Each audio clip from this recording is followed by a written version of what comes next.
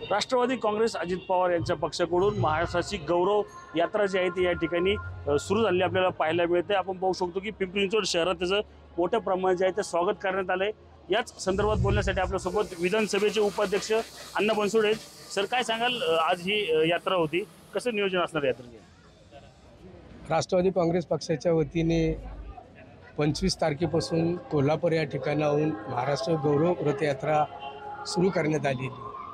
राष्ट्रवादी काँग्रेस पक्षाची स्थापना होत असताना राष्ट्रवादी काँग्रेस पक्ष फुले शाहू आंबेडकरांच्या विचारावरती, स्वर्गीय यशवंतराव चव्हाणांच्या विचारावरती आधारित त्यांच्या पावलावर पाऊल टाकून काम करण्याचा आदरणीय दादा असतील, आदरणीय सुनील तटकरे असतील, आदरणीय प्रफुल्लभाईजी पटेल आणि महाराष्ट्रातील सर्व राष्ट्रवादी काँग्रेस पक्षाचे आमदार, सर्व राष्ट्रवादी काँग्रेस पक्षाचे अध्यक्ष, सर्व कार्यकर्ते खऱ्या अर्थाने शिव फुले आंबेडकर यांच्या मार्गावर चालण्याचा प्रयत्न करतात। खरं तर आपण पाहिलं आता 1 मे उद्याचे, त्याच्या पार्श्वभूमीवर आधी पाहिलं तर ठाकरे बंधू जे आहेत ते एकत्र म्हणजे चर्चा सुरू झाली, तशी पवार आणि दोन्ही पवार एकत्र होऊ शकतात तसं चर्चा देखील सुरू झालेल्या आहेत। तुम्हाला माहिती की राज्याचे, महाराष्ट्राचे आणि देशाचे नेते आदरणीय पवारसाहेब हे आमच्यासाठी दैवत। पवारसाहेबांनी राष्ट्रवादी काँग्रेस पक्ष जर एकत्र झाला तर महाराष्ट्रातील सर्व जनतेला मनापासून आनंद होईल।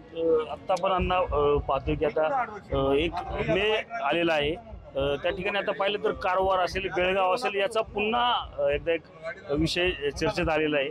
काय सांगाल त्या संदर्भात? खरं बघितलं तर कारवार असेल, बेळगाव असेल, त्या ठिकाणी राहत असलेली सर्व मराठी जनता, त्यांच्याही साठी खरं तर बघितलं तर एक विशेष अधिवेशन आपण या अधिवेशनामध्ये बोलवून त्यांच्याविषयी जो आत्मीयता आहे, त्यांच्याविषयी जी सहानुभूती त्याचा विचार करण्यात येणार आहे। रणजित जाधव, TV9 मराठी, पिंपरी चिंचवड।